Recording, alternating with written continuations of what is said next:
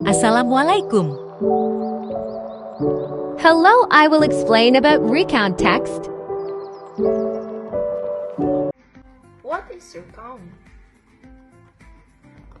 Recount is a text which retells event or experiences in the past. Jadi, recount adalah sebuah teks yang menceritakan kembali kejadian atau pengalaman di masa yang lampau. Well now, what is the social function of recount text?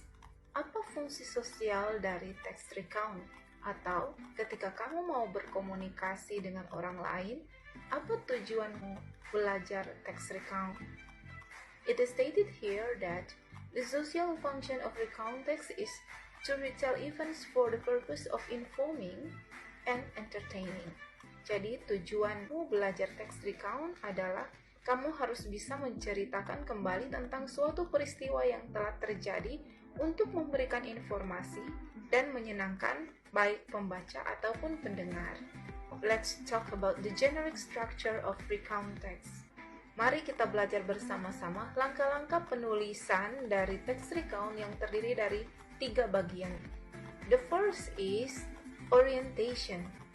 It gives the readers the background information needed to understand the text, such as who was involved, where it happened, and when it happened.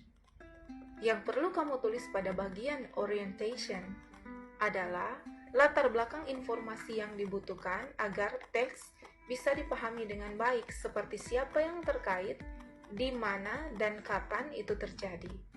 The second, events. Describing series of events that happened in the past.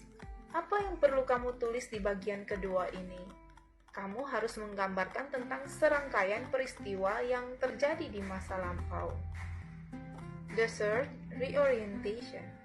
Stating personal comment of the writer to the story, and it's optional. Pada bagian akhir dari teks recount ini, menyatakan komentar pribadi dari penulis tentang kisah yang disampaikan. Dan bagian ini bisa ada, bisa tidak. Ini beberapa hal penting yang juga perlu kamu perhatikan dalam penulisan teks recount.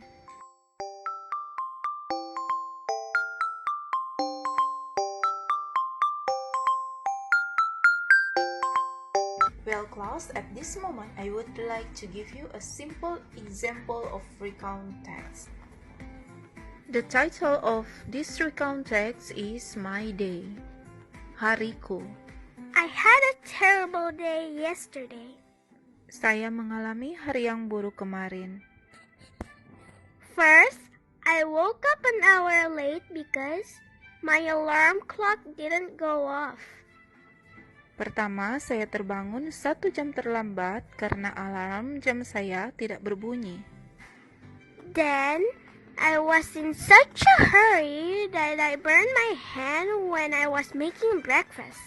After breakfast, I got dressed so quickly that I forgot to wear socks. Setelah sarapan, saya berpakaian begitu cepat sehingga saya lupa memakai kaos kaki. Next, I ran out of the house trying to get the 9:30 bus, but of course I missed it. Selanjutnya, saya lari keluar rumah sambil mencoba naik bus pukul 9.30, tapi tentu saja saya ketinggalan bus. I wanted to take a taxi, but I didn't have enough money. Saya ingin naik taksi, tapi saya tidak punya cukup uang. Finally, I walked the 3 miles to my school only to discover that it was Sunday.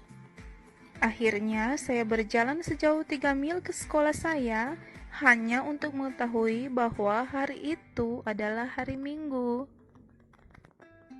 I hope I never have a day as the one I had yesterday. Saya harap saya tidak pernah mengalami hal seperti hari kemarin. Sesuai dengan contoh teks ini, menulis teks recount harus mengikuti langkah-langkah penulisan atau generic structure of recount text, orientation, events, and reorientation. Dear class, this is the end of our discussion about recount text. Please keep studying. Remember, practice makes perfect. Thank you.